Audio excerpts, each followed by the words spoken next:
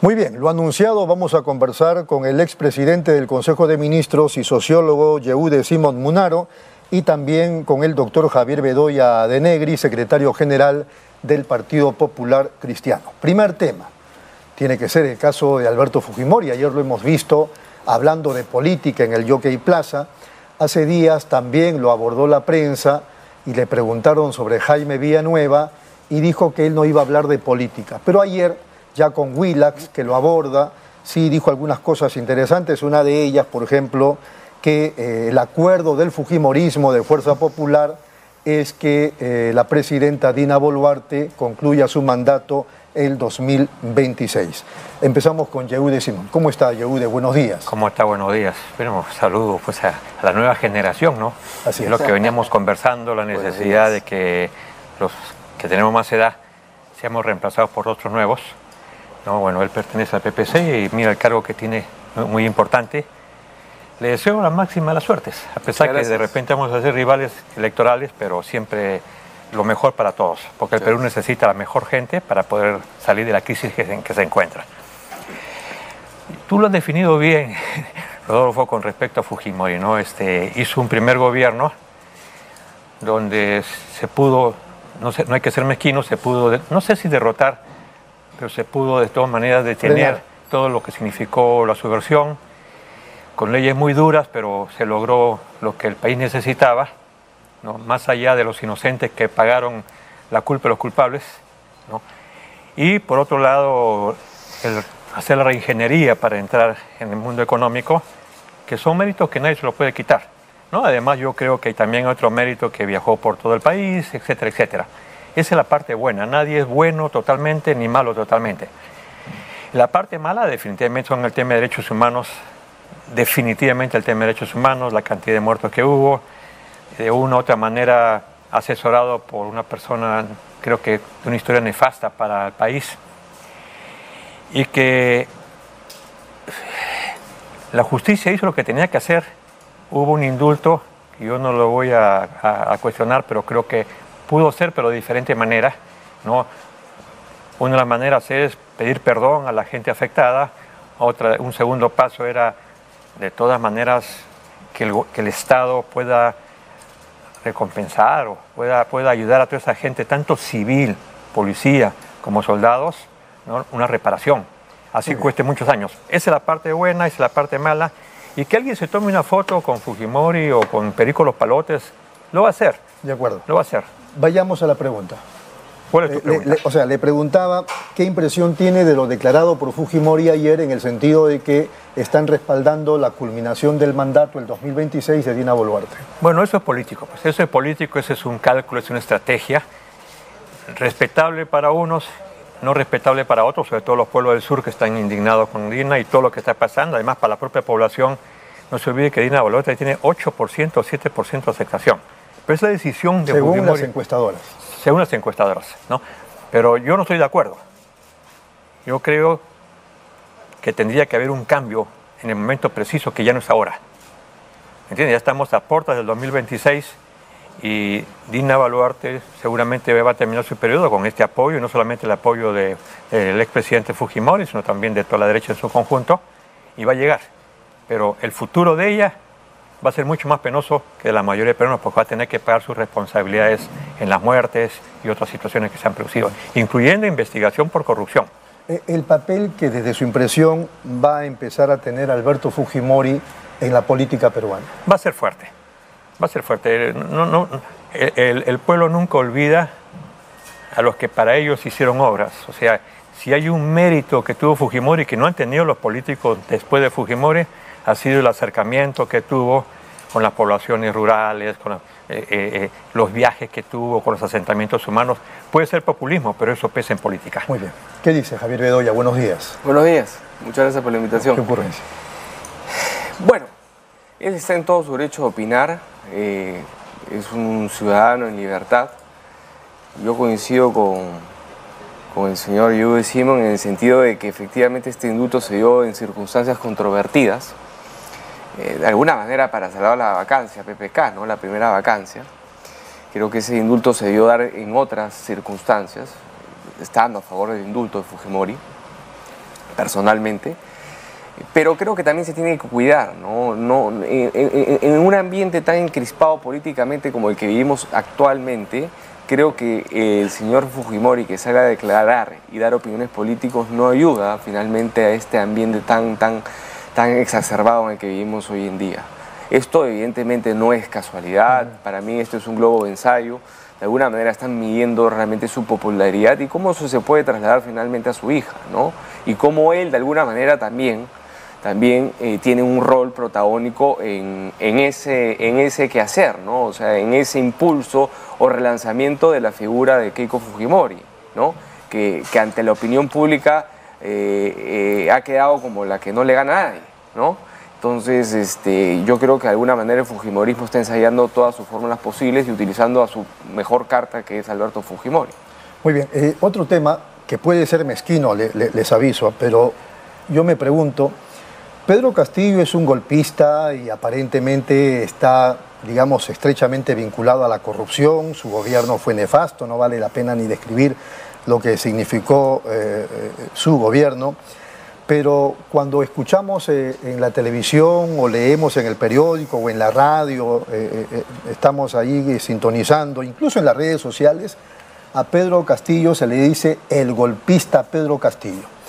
Pero desde ayer que escucho mencionar a Alberto Fujimori, dicen el expresidente Alberto Fujimori. Fujimori está de moda, pero quería, por eso les decía, no vaya a ser una mezquindad de mi parte, que tengan alguna impresión de esto que estoy diciendo. Yehude. Bueno, sí, pues lo que pasa es que Pedro Castillo, desde que comenzó a postular y comenzó a crecer, ya había un enfermizo racismo en el país. ¿Le parece racismo? Por supuesto que es racismo, es mezquindad. Porque no solamente está Pedro Castillo investigado por corrupción, también está PPK, también está Humala, también está Fujimori, estuvo Fujimori por derechos humanos, pero también por corrupción, y todos. El propio Merino, que fue presidente por 3 días, creo por 5 días, también está siendo investigado. Entonces, sí, hay racismo. Como tú lo dices muy bien, Castillo cometió todos los errores del mundo, pero no fue peor que otros. ¿De acuerdo? A Castillo le ponen 36 meses de prisión mientras hace las investigaciones y lo siguen atacando como si fuera el peor. ¿Que ha sido inepto? Sí. ¿Que ha sido incapaz? Sí. ¿Que ha cometido errores? Sí.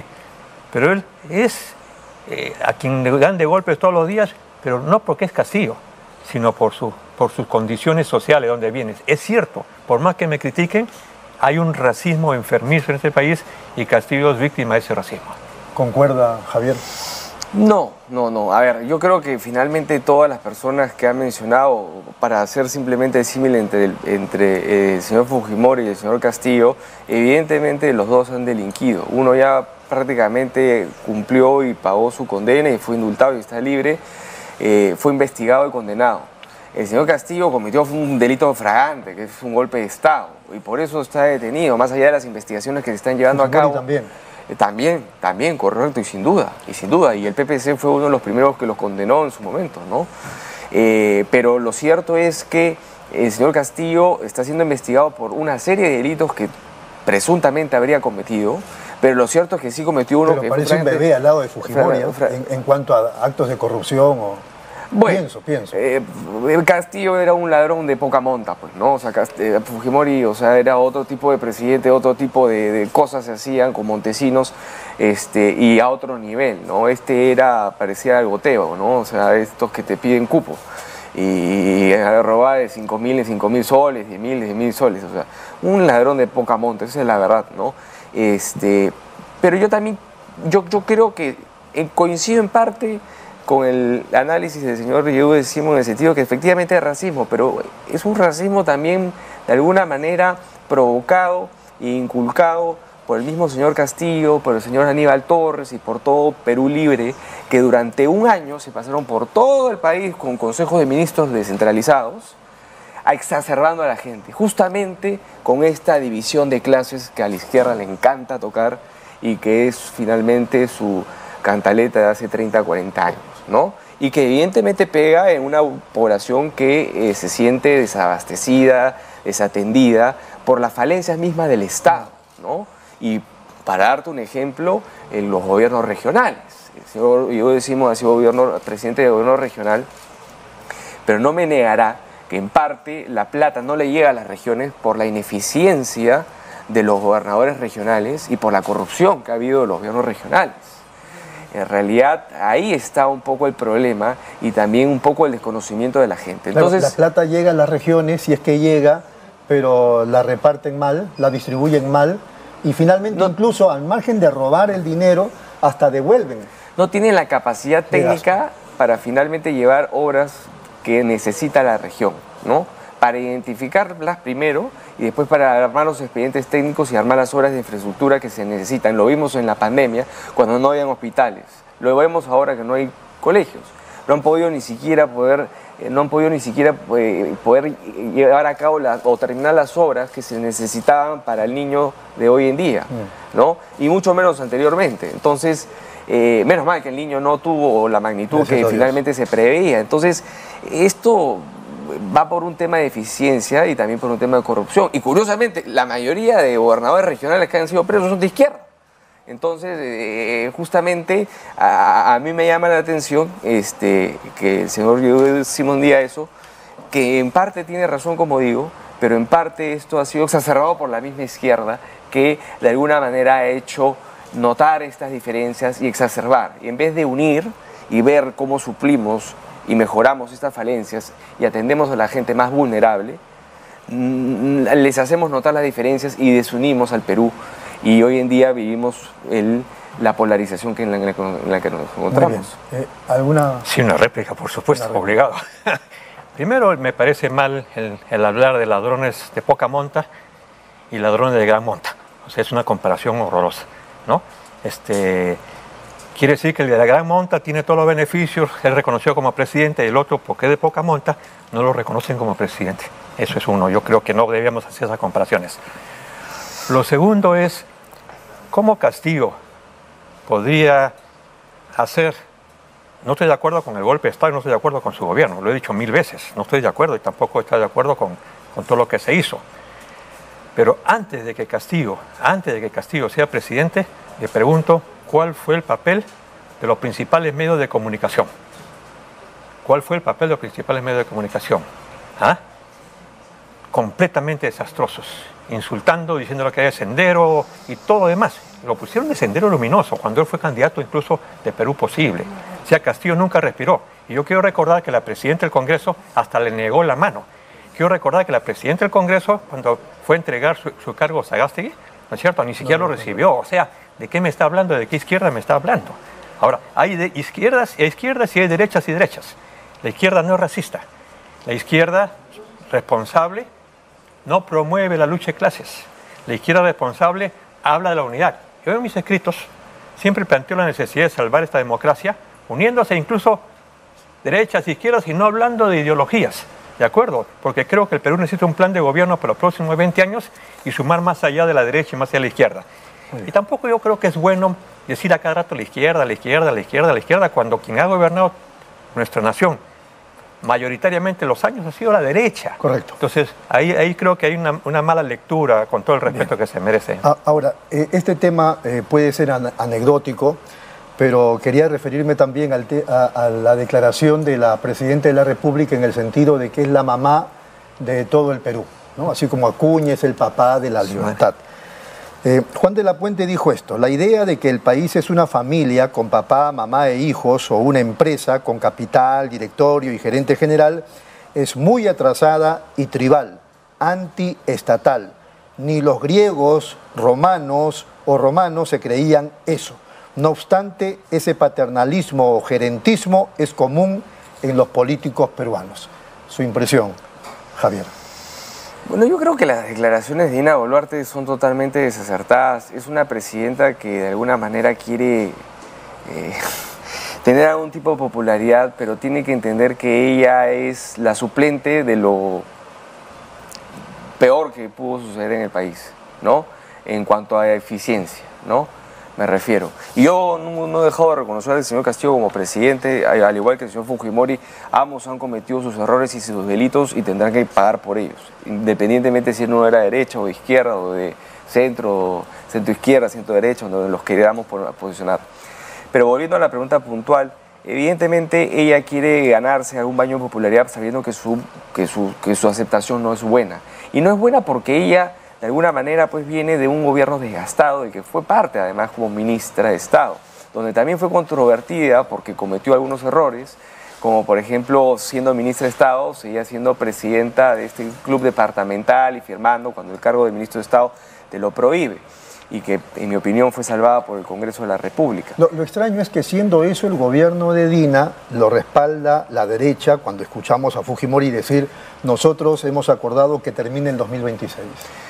Mire, yo creo que el Congreso, y eso lo venimos diciendo hace mucho tiempo, nosotros estuvimos también de acuerdo con el adelanto de elecciones en su momento. Ahora definitivamente ya no bien tiene sentido adelantar las elecciones teniendo a puertas el 2026.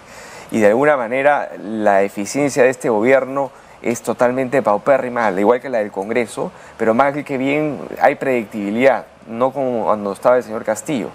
Lo cierto es que la señora Boluarte no goza de esa popularidad y el Congreso está en un nivel de supervivencia. Entonces no hay vocación finalmente ni siquiera de interpelar ministros de Estado, mucho menos de censurarlos. Hay una especie de status quo y una letardía por parte del Congreso. Parece que hubiera un pacto implícito entre el Ejecutivo y el Legislativo. Yo no te toco y tú no me tocas. Y llegamos hasta el 26 y cobramos la última quincena el 28 de julio del 26.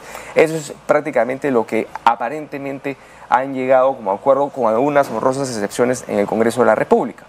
Pero lo cierto es que este gobierno no da señales ni visos de sacarnos adelante en dos temas particulares. Uno es en el tema de la reactivación económica y el otro es en el tema de seguridad ciudadana.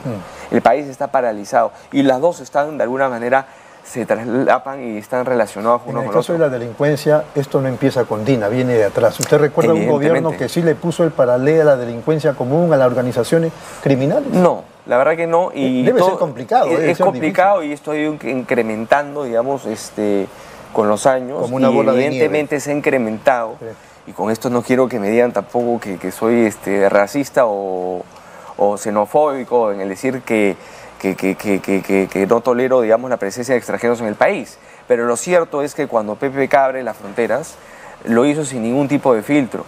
Y entraron gente, y sobre todo de Venezuela, con muchos antecedentes penales y con muchos cuestionamientos en su propio país, que hoy día están delinquiendo acá en el Perú, así como también lo hay peruanos. Entonces, eso de alguna manera ha agudizado, evidentemente, la crisis en seguridad ciudadana que vive hoy en día el país. La pregunta era sobre nuestra presidenta maternal, Yehude. Bueno, es una guachafería en principio, ¿no? Eso es una guachafería, es poner a la familia encima de... O sea, insultar a la familia incluso, ¿no? Insultar a la familia, además, Dina no puede ser madre ni madrastra siquiera. Creo que Yo me acuerdo hace años los sketches de Tulio Loza cuando decía papá gobierno. O sea, por eso fue en los 70. Claro. O sea, seguimos pensando que el gobierno es como el padre y la madre, ¿verdad? Sí, pues es el pasado vergonzoso de algunos políticos que piensan que es así, ¿no? Ahora, pero mira, Dina, para mí, es peor que Castillo. Así, lo digo con mucha franqueza. Dina se ha sostenido gracias... Lo digo con pena porque de este Congreso inepto es el peor Congreso que hemos tenido. Porque como dice, están esperando la mitad de la quincena para recibir. Pero además están recibiendo la plata que nunca antes recibieron los congresistas del pasado. Bonos y bonos y bonos y encima lo engañan con los trabajadores para que el trabajador te reciba, pues también ellos se sienten trabajadores. Es una vergüenza. Y para que ya no denuncien a los mochasueldos. Exactamente. Pero además hay otra cosa que es más peligrosa, ¿no? Sí, la inseguridad total, que viene de años atrás. Nadie la ha podido parar. Y no la han podido parar porque no tenemos inversiones, porque no tenemos, no tenemos visión de hacer industrias, etcétera. No nos preocupamos de la gente más humilde, no nos preocupamos de los barracones del Callao. ¿Cómo pudo, liderando la lucha, frenar a Sendero, al MRTA, a los terroristas, y ahora no se puede, digamos, liderar la lucha contra la criminalidad? Pero es que lo que pasa es que no fue Fujimori quien paró el terrorismo. Uno reconoce porque fue... Escúchame, una cosa es que fue su gobierno y que puso las cosas para que puedan hacerse, pero quienes frenaron a Sendero fueron las rondas. Quienes penaron a Sendero son esos compatriotas que viven en el sur, en el centro y que tienen un cuarto de hectárea o tienen 100 metros de propiedad, que no querían que se lo quite Sendero, porque los peruanos estamos acostumbrados y queremos tener nuestra pequeña cosa. Sendero se equivocó, llegó lejos. Sendero quiso hacer lo que hacía Mao, con una población del 90% de analfabetos, etcétera, y con una tiranía que existía ahí. Si eso es verdad, ¿por qué no lo hicieron cuando el primer atentado en Lima con el gobierno de Belaúnde? Así es. ¿Por qué? Porque luego con Alan García. Bueno, porque es como una gota de aceite, que la pones en una página en blanco y eso va creciendo, creciendo, creciendo. Y quienes se defienden son los ronderos, son los campesinos que los obligan, les secuestran a sus hijos. Yo he tenido experiencia, yo he pasado por una zona donde Sendero había llegado y encontraba gente llorando, que se habían dado de comer, etcétera, etcétera, pero a la vez le querían quitar sus hijos y la gente se levantaba para defender a sus hijos y lo decapitaban. Entonces, Sendero creó odio en los pobres. Una situación similar cuando llegaba el ejército, ¿no? Exactamente, exactamente. Entonces, si bien es cierto, fue durante el gobierno de Fujimori fue vertical y tuvo la lógica, por ejemplo, que tiene Bukele ahora, ¿no es cierto? Y funcionó. Pero funcionó y ya se acabó esa etapa. No estamos en la etapa de Sendero. Estamos en la etapa de fortalecer la democracia, eliminar la pobreza que no se está haciendo. Entonces ya no va a aparecer Sendero. Van a aparecer los pueblos. No te olvides lo que están pasando en Puno, con los Aymara. Y no te olvides lo que está pasando en el centro. El sur y el centro ponen presidentes. A pesar que Lima es una tercera parte, ellos ponen presidentes. Y los gobiernos no lo ven. Y hablaba de los presidentes regionales. Sí, han habido pésimos presidentes regionales. Muy mal. Pero también han habido buenos presidentes regionales. Empezando por Villanueva, que fue un buen presidente regional, siguiendo por el propio expresidente de la República, Vizcarra, que fue un buen presidente de la República, o un buen presidente regional o gobernador regional, y así han habido, pues también han habido los otros, es cierto. Pero la gran complicidad, tú eres secretario general de un partido que estudia y que conoce la realidad, es que esta descentralización y regionalización nunca fue tal. Porque el Ministerio de Economía tenía funcionarios que decidían a quién le iba a dar el presupuesto, en qué momento iban a dar el presupuesto, y ¿sabes tú? Le daban presupuesto cuando ellos no podían gastar, para decir, le hemos entregado a la región Huancavelica 100 millones. Y tenían solamente 3 meses para presentar proyectos y no los tenían. Entonces, claro, le dimos y no lo han podido conseguir y lo devuelven. Entonces yo creo que hay que hacer, y ahí sí la saludo a Lourdes, fíjate, no sé si será Lourdes con ustedes por los problemas que tienen, pero Lourdes, por ejemplo, sí se dio cuenta de eso, por eso es que ella aprobaba el tema de las macroregiones. ¿No? Porque el centralismo sigue vigente y mientras no se haya una descentralización fiscal, una descentralización real, entonces van a fracasar porque también hay otro problema. La gente que postula no conoce lo que es el Estado y comienzan a aprender cuando recién lo han elegido. Muy bien. Y en 4 años no van a hacer nada. Tenemos que irnos un ratito a la pausa y regresamos para seguir conversando con Yehude Simón y Javier Bedoya.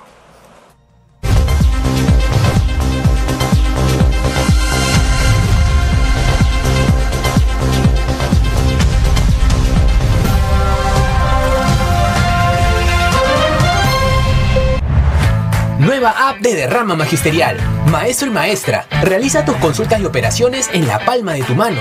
Con el nuevo app Derrama Magisterial podrás realizar tus operaciones en todo momento y desde cualquier lugar. Solicita un crédito, consulta el estado de tu cuenta individual, accede al estado de tus créditos, actualiza tus datos, accede al servicio de asesoría legal gratuita.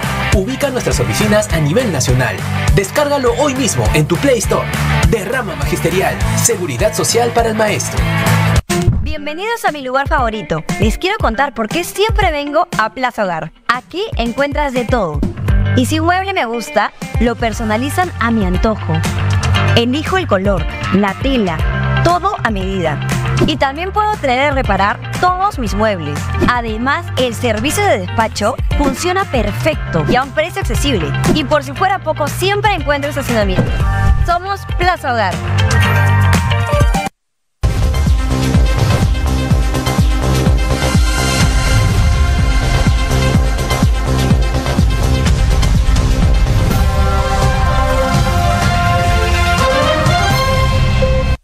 Muy bien, seguimos aquí en Nativa Nos Conecta, esto es Pulso Informativo, estamos con Yehude Simón y Javier Bedoya.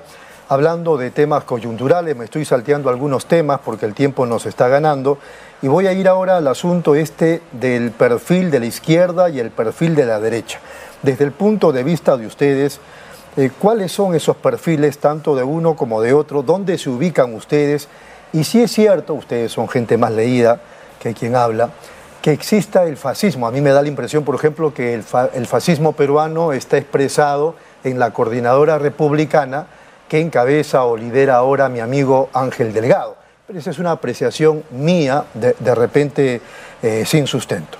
Pero quería la impresión de ustedes. Empezamos contigo, Javier. Mire, yo creo que en este país siempre, como en todo, o sea, en realidad siempre se califica de izquierda y derecha, ¿no? Yo creo que no existe una derecha, por ejemplo, en el Perú, y no puede haber una derecha porque el mismo modelo económico, que además lo tildan de derecha, tiene cierta intervención del Estado, ¿no? O sea, hay una suplencia que cuando el mercado de alguna manera no puede con determinado tema, entra el Estado, ¿no? Entonces no es tampoco pues un modelo económico neoliberal, como lo quieren llamar, sino es un modelo económico que es abierto, pero que tiene cierta intervención del Estado cuando es necesario o cuando se requiere. El modelo económico, por cierto, que el PPC instaura en la Constitución del 79 y que es replicado en la 93. Entonces, nosotros no nos identificamos como un partido de extrema derecha, liberal, no. Somos socialcristianos y los socialcristianos somos, de alguna manera, así como no coincidimos con la izquierda, tampoco coincidimos con el capitalismo. En consecuencia, no me consideraría una persona o el PPC un partido como de extrema derecha, pero sí un partido de centro-derecha. ¿No asume usted que la izquierda, si vamos revisando lo que ha pasado en los últimos años, le ha hecho daño al país? Yo creo que la izquierda le ha hecho daño al país y yo creo que de alguna manera, a ver, es una pregunta muy amplia, ¿no? Puedo calificar muchas cosas de la izquierda que evidentemente sí considero que le ha hecho mucho daño al país, pero quiero ser un poco más amplio en la crítica. Yo creo que el país y yo entiendo que la gente de alguna manera está indignada y yo entiendo el respaldo de Castillo, yo entiendo el respaldo de la izquierda en la última votación e inclusive el respaldo que Castillo tiene estando preso, porque hay una desatención a una gente que no recibe absolutamente nada, que es esa gente del sur, esa gente del centro. Y por distintos motivos, por el tema de la descentralización, etcétera, etcétera, pero también en parte por complicidad, de alguna manera, de los gobiernos de turno, donde se han aprovechado distintos grupos económicos en hacer mercantilismo, aprovechándose justamente de este modelo económico que tanto bien le ha hecho al país y que redujo la pobreza en muchos puntos porcentuales de casi el 50% al 22%, ¿no? Entonces, yo creo que la crítica que en los últimos 20 años hay que hacérsela en general a toda la clase política, que algunos, como por ejemplo nosotros, que estábamos de acuerdo con el modelo económico, vimos cómo el país crecía a lo largo de los años, pero no nos dimos cuenta que la plata no estaba siendo distribuida correctamente, ¿no? Y que por otro lado habían personas que se estaban aprovechando de ese modelo económico para delinquir y lucrar, ¿no? Así como también critico evidentemente, y siempre lo he hecho y lo diré, que evidentemente a la izquierda no le conviene nunca pues esta bonanza económica y que la redistribución... ¿Por qué no le conviene? Porque yo creo que la izquierda vive de los pobres. Esa es finalmente su filosofía de vida. O sea, a ellos finalmente su existencia políticamente depende de los pobres, ¿no? Cuando nosotros finalmente queremos que los pobres tengan finalmente ricos. Entonces yo no lo calificaría más bien de ricos y pobres, sino de emprendedores. Y eso es lo que finalmente el PPC defiende, a la clase emprendedora, a la gente que lleva su pan del día a día, el que trabaja para finalmente llevar comida ese día a su casa, a esa gente que sale a emprender, a luchar, a las pequeñas y medianas empresas, que además son el motor de la economía. ¿Hay un fascismo peruano? ¿Qué cosa es en la historia del mundo el fascismo? Yo creo que hay rasgos de fascismo, ¿no? Yo creo que hay personas que toman poses, más que sentir o que sean fascistas, ven personajes personajes importados de otros países y que viven otras circunstancias y coyunturas, entonces tratan de ver, de alguna manera, de impostar ese tipo Bukele, ¿no? O sea, están buscando al Bukele peruano cuando la realidad de El Salvador es totalmente distinta a la del Perú. Quieren un Milei cuando la realidad argentina es totalmente distinta a la del Perú. En consecuencia, no es finalmente, pues, o un Lula, me encanta, un Lula dejando el tema de corrupción de lado. O sea, Perú, pues, no tiene la economía de Brasil, ¿no? O sea, siendo Lula un presidente de izquierda, pues, o sea, Brasil sigue creciendo como una máquina. Entonces, no podemos de alguna manera estar mirando al costado sin mirarnos nosotros mismos al ombligo, ¿no? Entonces, a lo que voy, y con esto quiero terminar, las personas tienen que fijarse más que nada en las poses y en los posicionamientos que cada uno se hace. Muy bien. Y tiene que fijarse más bien en ideas, en qué es lo que finalmente ese partido es lo que propone como ideas, como principios, como valores, como alternativas que se transforman en programas y en planes de gobiernos, y no en la cara bonita del candidato o finalmente el buen discurso que puede ser llamativo para el electorado. Para terminar, la izquierda ha sido una suma que resta, eso es evidente. Sí. Yehude Simón, perfiles. Mira, en principio habría que ser muy autocrítico para poder dar una opinión. ¿De acuerdo? Entonces, la primera pregunta, ¿por qué Vargas Llosa dijo en qué momento se jodió el Perú? La pregunta es, ¿y existía izquierda en ese tiempo en el Perú? ¿La izquierda decidía? ¿Cuándo lo escribió Vargas Llosa? ¿Ah? Todos los gobiernos, todos, sin excepción, eran de derecha. Todos. Dictaduras de derecha y civil de derecha. Aunque el Partido Civil nació casi 20 o 30 años o 40 años después de la democracia del país. Bueno, pues entonces eso. Después habría que preguntarse, los últimos gobiernos, Alan García, 2 periodos, uno pésimo y otro completamente liberal, ultraliberal. Toledo, un hombre de derecha. Donde usted fue premier, ¿no? Sí, claro que sí. Es que además yo creo en el capital.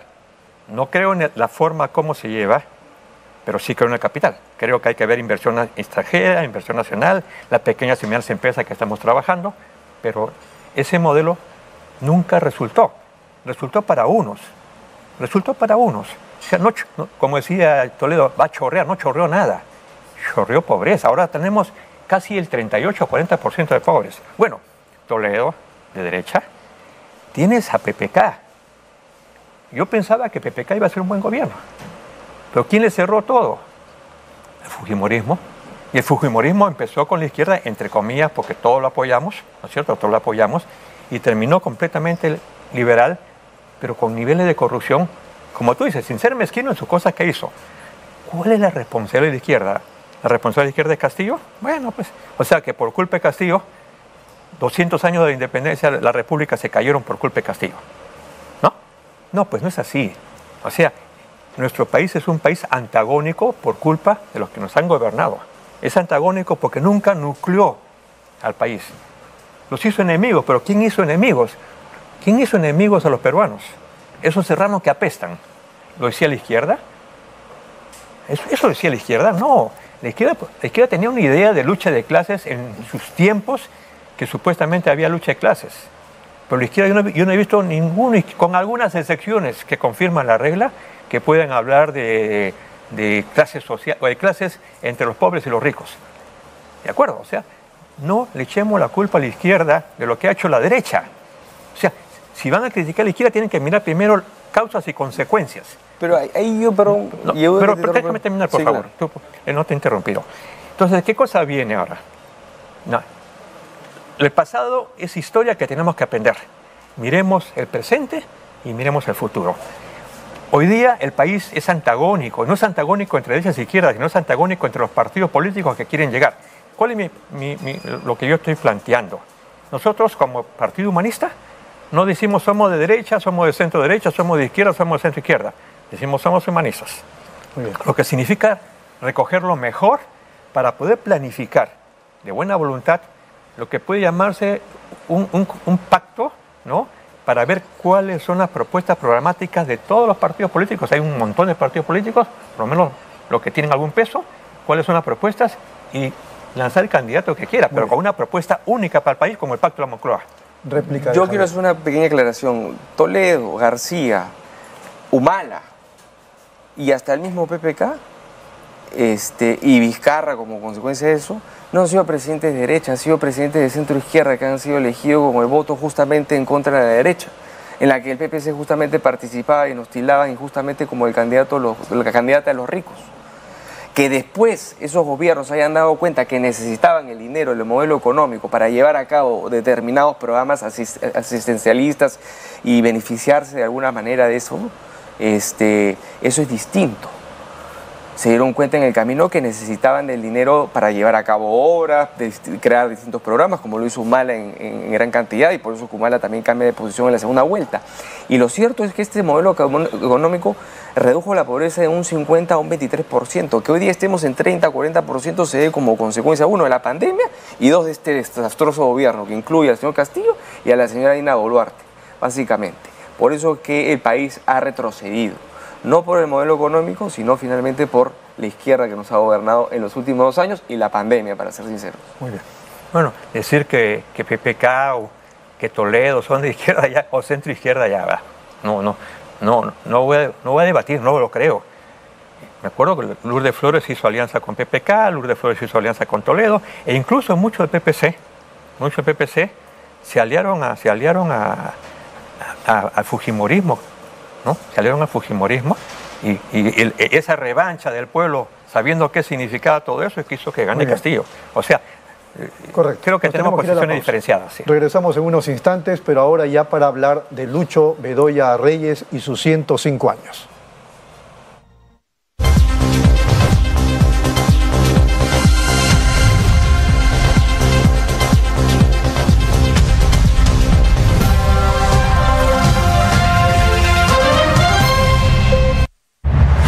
Nueva app de Derrama Magisterial.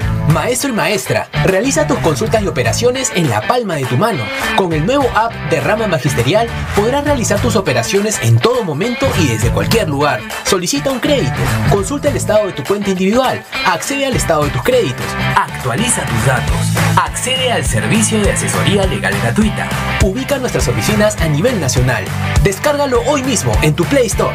Derrama Magisterial, seguridad social para el maestro. Bienvenidos a mi lugar favorito. Les quiero contar por qué siempre vengo a Plaza Hogar. Aquí encuentras de todo. Y si un mueble me gusta, lo personalizan a mi antojo. Elijo el color, la tela, todo a medida. Y también puedo traer a reparar todos mis muebles. Además, el servicio de despacho funciona perfecto y a un precio accesible. Y por si fuera poco, siempre encuentro estacionamiento. Somos Plaza Hogar.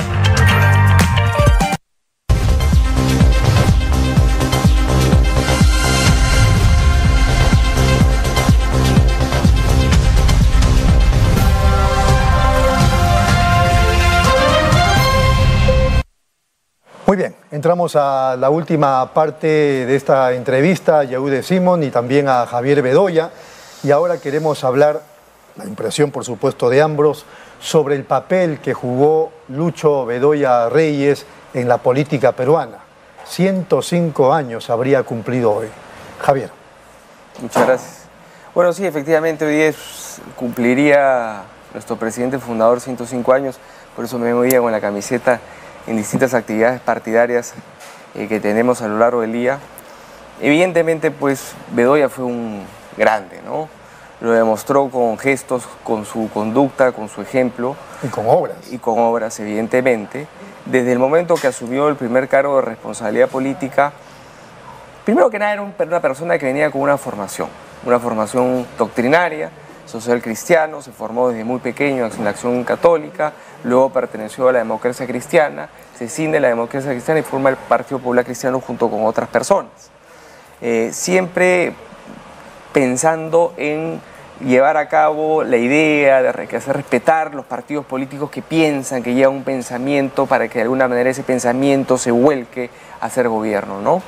Y eso se vio finalmente en su labor corta como ministro de Justicia, y luego como alcalde de Lima en 2 periodos, ¿no? Donde hizo grandes obras como la Vía Expresa, que hoy día lleva su nombre, y toda la visión que tenía, digamos, de ciudad que debía atravesar desde Lima, desde el centro de Lima hasta la Panamericana Sur, pero que lamentablemente se quedó sin tiempo y sin dinero y solamente pudo concluirse hasta Barranco. Inclusive él la culminó un poco antes, ¿no? Lamentablemente han pasado casi 15 alcaldes de Lima después de él y ninguno ha podido terminar la obra que desemboca en la Panamericana Sur. Eso es lo más triste de esto, ¿no? ¿Por qué un personaje como él, carismático, inteligente, locuaz y además gestor y todo aquello, la población no le dio la oportunidad de hacerlo presidente? Yo creo que él, siendo un hombre de avanzada y con un discurso, digamos, disruptivo para la época, donde vivíamos una época de los 80 más revolucionario, el mensaje de la economía social de mercado, del emprendimiento, de la libertad de empresa, era un mensaje que no calaba finalmente, ¿no? Y de ahí viene este San Benito, que es una gran mentira, el país de los ricos. Y yo creo que la gente no lo entendió. Finalmente nos han dado con el tiempo la razón las personas que en su gran mayoría en este país han beneficiado de ese modelo económico y que hoy día disfrutan de él, ¿no? Y que mucha gente salió de la pobreza gracias a él, como lo he mencionado anteriormente. Pero creo que hay otras cosas que rescatar de Luis Bedoya Reyes y del mismo Partido Popular Cristiano, ¿no? Por ejemplo, su desprendimiento en otorgarle la presidencia de la Asamblea Constituyente a Víctor Raúl Ayala Torres. Pero no simplemente como un gesto, sino porque sabía que había posibilidades de un entendimiento para sacar una carta constitucional con el APRA. Los izquierdistas de ese entonces no querían. Y con la izquierda de ese entonces no. Entonces tenía que de alguna manera llevarse a cabo algún tipo de pacto o convivencia con el APRA de tal forma que se lograra aprobar el término de un año la Constitución, porque el gobierno militar no quería finalmente eso, ¿no? Y la izquierda, evidentemente atomizada, no iba a ayudar en absolutamente nada. Entonces sabía que ese cargo que le estaba ofreciendo a la izquierda, apoyarlo, era simplemente un cargo figurativo y que finalmente iba a terminar siendo un fracaso. No solamente eso, también tenemos después el gesto que tuvo con Belaúnde en el año 80 en cederle la mayoría en la Cámara de Senadores que necesitaba con los senadores del PPC, ¿no? Y así sucesivamente el PPC, como alguna vez lo dijo Alba, como lo dijo Luis Alberto Sánchez, el PPC es un partido que en su historia está condenado a ser el péndulo, ¿no? Con su pequeña bancada siempre ha tenido una función determinante en el Congreso y de alguna manera ha tendido a inclinar la balanza de un lado a otro, ¿no? Siempre pensando en el Perú y luego después en los intereses partidarios y luego en los personales, ¿no? Muy bien, Yehude. Sí, mira, Alfonso Barrantes se juntó con Bedoya Reyes, le ganó la elección a Bedoya, a Lucho Bedoya, y fueron amigos. Alfonso Barrantes le dio la administración del Seguro Social a Lucho Castañeda cuando era del PPC, ¿no es cierto? Yo lo conocí, ¿no? Lo conocí y siempre me pareció una persona inteligente, o sea, una persona dialogante, un demócrata. Y conversamos muy poco de repente, pero la vez que conversamos, incluso estuve en el homenaje, en el libro que le hicieron, porque para mí era la derecha inteligente, no la ultraderecha, era la derecha inteligente que era capaz de conversar incluso con lo que electoralmente eran sus rivales. Y eso es un mérito, eso es democracia. Yo le tengo mucho aprecio a Marisol Pérez, que creo que es un PPC muy humano, ¿no? Visita cárceles, ve a los pobres, etcétera, etcétera. Y viene el PPC y nos sentamos juntos. También conozco a Javier Bedoya, que fue congresista conmigo dos veces ha sido congresista conmigo, una persona pensante, serio. O sea, dentro del PPC hay gente de mucho nivel formado por Lucho Bedoya Reyes. Entonces, si tú me preguntas qué piensa el Partido Humanista o qué piensa ese centro izquierda que representaba yo, nuestros respetos, nuestro homenaje, porque creemos que en la democracia tenemos que sabernos respetar. Podemos discrepar y vamos a discrepar, pero siempre con respeto. Cuando hay respeto, entonces la población sabrá quién sigue, ¿no? Pero si comenzamos a insultarnos, hoy día este diálogo se hubiera convertido en un combate, hubiera dicho, igualitos son todos. Conversar no es pactar, decía. Conversar no es pactar, ¿no? Entonces mi respeto para Lucho Bedoya y el saludo para su partido, por supuesto. Muchas gracias. Señores, han sido muy amables. Muchas gracias, Yehude Simón, muy gentil. Gracias, amables televidentes, por su sintonía. Permiso.